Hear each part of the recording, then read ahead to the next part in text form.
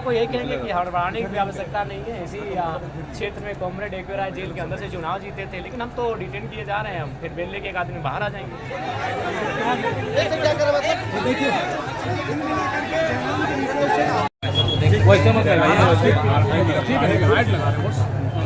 हाँ देखिए, सबसे पहली बात तो लोकतंत्र की आस्था का सम्मान करते हैं।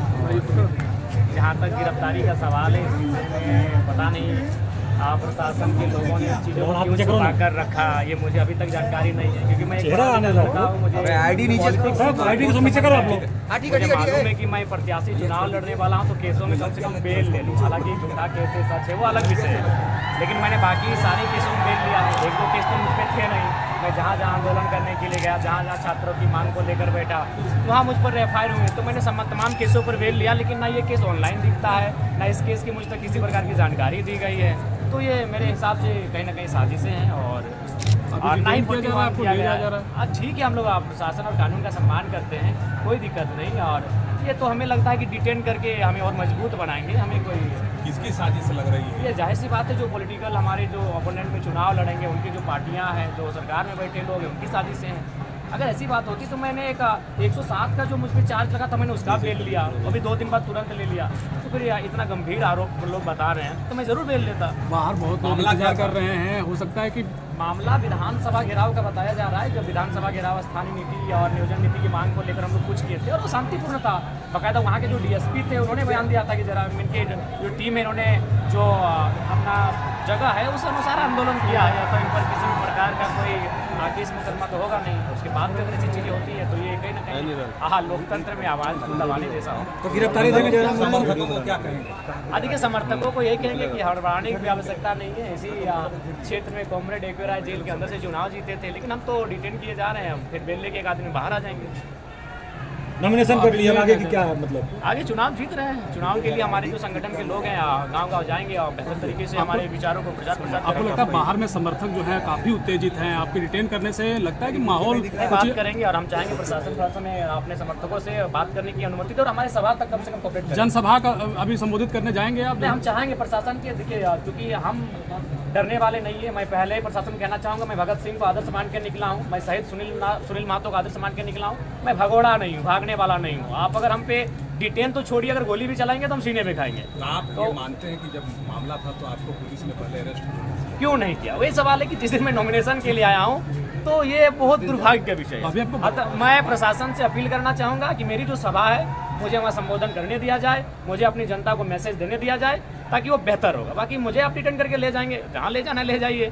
सूली में चढ़ाना सूली में चढ़ाइए, हम डरने वालों में से नहीं है। अरे मौत तो एक दिन सबको आएगी, जिंदगी एक फानी है, जान तो एक दिन जानी है। हिम्मत तेरी जवानी है, कर डाल जो दिल में ठानी है। लेकिन लालपुर थाना में कुछ देर के लिए आपको पुलिस जब अरेस्ट की, तो पूरे झारखंड में क्या हुआ आज? लेकिन वो तो सबको जानते हैं और हम चाहेंगे प्रशासन को कोऑपरेट किया जाए और परिस्थितियों को देखे, या फिर अगर हमें अवसर दिया जाता है 2-3 दिन बेल अप्लाई के लिए, उसको भी सोचा जाए। हमें आपत्ति नहीं है। बाकी ये डिटेन करे, हमें जो करना है कानून का हम लोग हमेशा पालन किए हैं और हमने हमेशा कहा कि पदाधिकारी। प्रशासन से बातचीत हुई आपकी कि जनसभा तक जाएंगे या सीधा आप रिटेन कर लिए जाएंगे?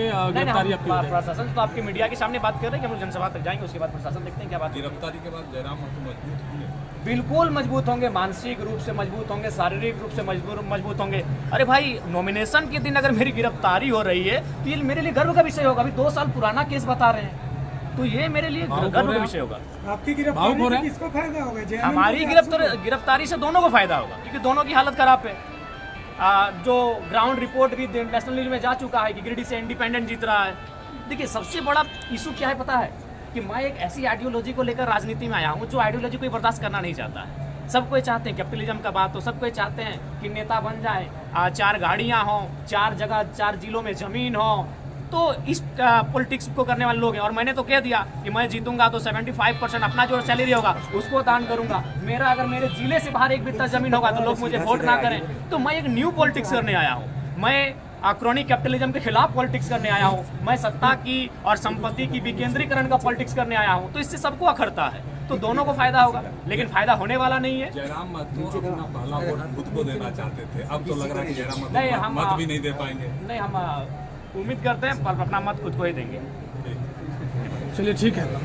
जिस तरह से अभी टाइगर जयराम महतो जो है नॉमिनेशन करके डीसी ऑफिस से बाहर आने के बाद एक ब्रेकिंग न्यूज़ सामने आ रहा है कि रांची का कोई मामला था जिसमें से इनको आज डिटेन किया जा सकता है। जयराम महतो ने इसका वक़्त पूरी जो घटनाक्रम थी, क्यों हुआ था, क्या नहीं हुआ था, सारी चीज़ को रख दी है। और हमारे पीछे जो है जगदीश के तमाम मीडियाकर्मी के बीच हैं और उनको ये कहा जा रहा है कि हमें अपना जनसभा जो करना था उन जनसभा को करने दिया जाए, उसके बाद अगर डिटेन भी कर लिया जाए तो कोई दिक्कत नहीं है। लेकिन अभी जयराम महतो क्या कुछ करते हैं और पुलिस प्रशासन की तरफ से क्या एक्शन रहता है, इस चीज़ को देखने लायक बात होगा। अभी यहाँ पे नॉमिनेशन करने को लेकर DC ऑफिस के बिल्कुल बाहर है और समर्थक जो है बाहर में है।